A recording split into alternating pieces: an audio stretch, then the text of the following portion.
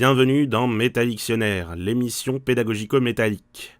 Je me présente, je suis le golem de Fiel et je serai votre hôte tout le long de cette vidéo.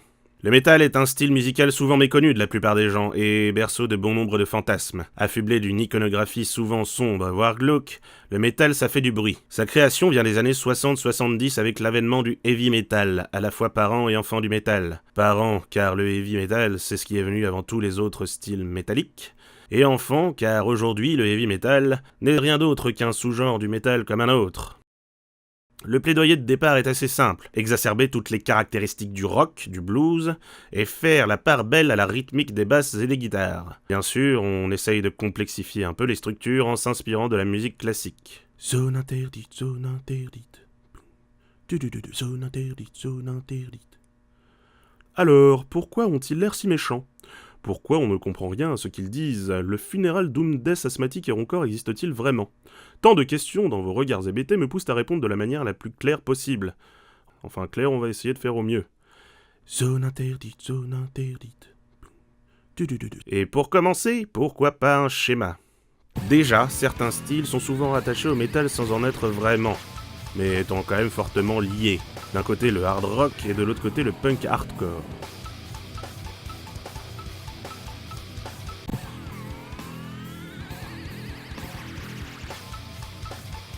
Bon, il y en a partout. C'est le bordel. Il y a plein de sous-genres qui manquent. Mais bon, vous commencez à sentir la vibe du bordel. On notera qu'on est ici confronté à un milieu plutôt diversifié musicalement, plutôt qu'un ramassis de chevelus autocentrés vouant un culte à Satan. Alors, pourquoi cette image si sombre et renfermée vous entends-je trépigner, bande de bargoulins ? Moi, je commencerai à répondre à cette question par une volonté de mise à l'écart. Je conçois la musique métal comme une volonté de refuser la superficialité de l'esthétique. On est ici dans une volonté d'explorer un panel d'émotions dont l'humain est la proie et qui ne sont pas forcément avouables ou sympathiques. Le métal, c'est les cris, les larmes, la frustration, la peur, la haine, le dégoût, mais aussi le soulagement, l'excitation, le bonheur, le véganisme, la joie, les cocottes en papier, les éviers en métal, la bière. Et quoi de mieux pour une contre-culture que d'adopter les codes à l'extrême inverse de ce qui est admis par la société. La clarté virginale d'un chanceur à texte se transforme en noir, le paradis promis aux gens dont les valeurs nous étouffent se transforme en enfer, les croix s'inversent, les images dérangent. Bref, tout est fait pour s'exclure en utilisant des a priori superficiels aux yeux du plus grand nombre. Le métal, c'est se comporter le plus mal possible pour prouver que bien-pensance et ouverture sont antinomiques. Le métal est cynique, car il s'afflige lui-même une image de culture excluante pour filtrer les individus superficiels. We will no longer be oppressed by the fascism of Christianity. And we will no longer be oppressed by the fascism of beauty. Because I see you all sitting out there trying your hardest not to be ugly. Trying your hardest not to fit in. Trying your hardest to earn your way into heaven. But let me ask you, do you want to be in a place that's filled with a bunch of ass?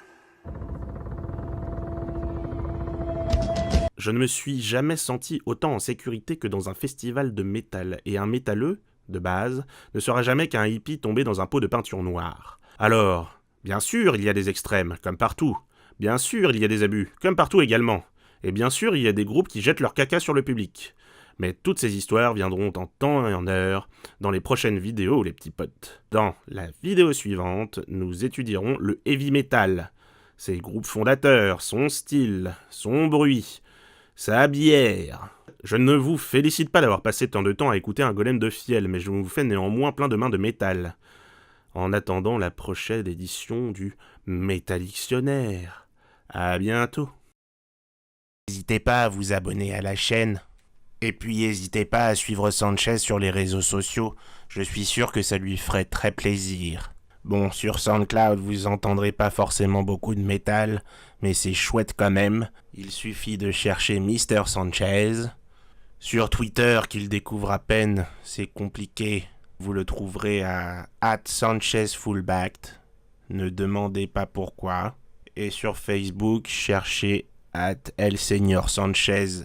Bon, on commence à s'emmerder. À la prochaine.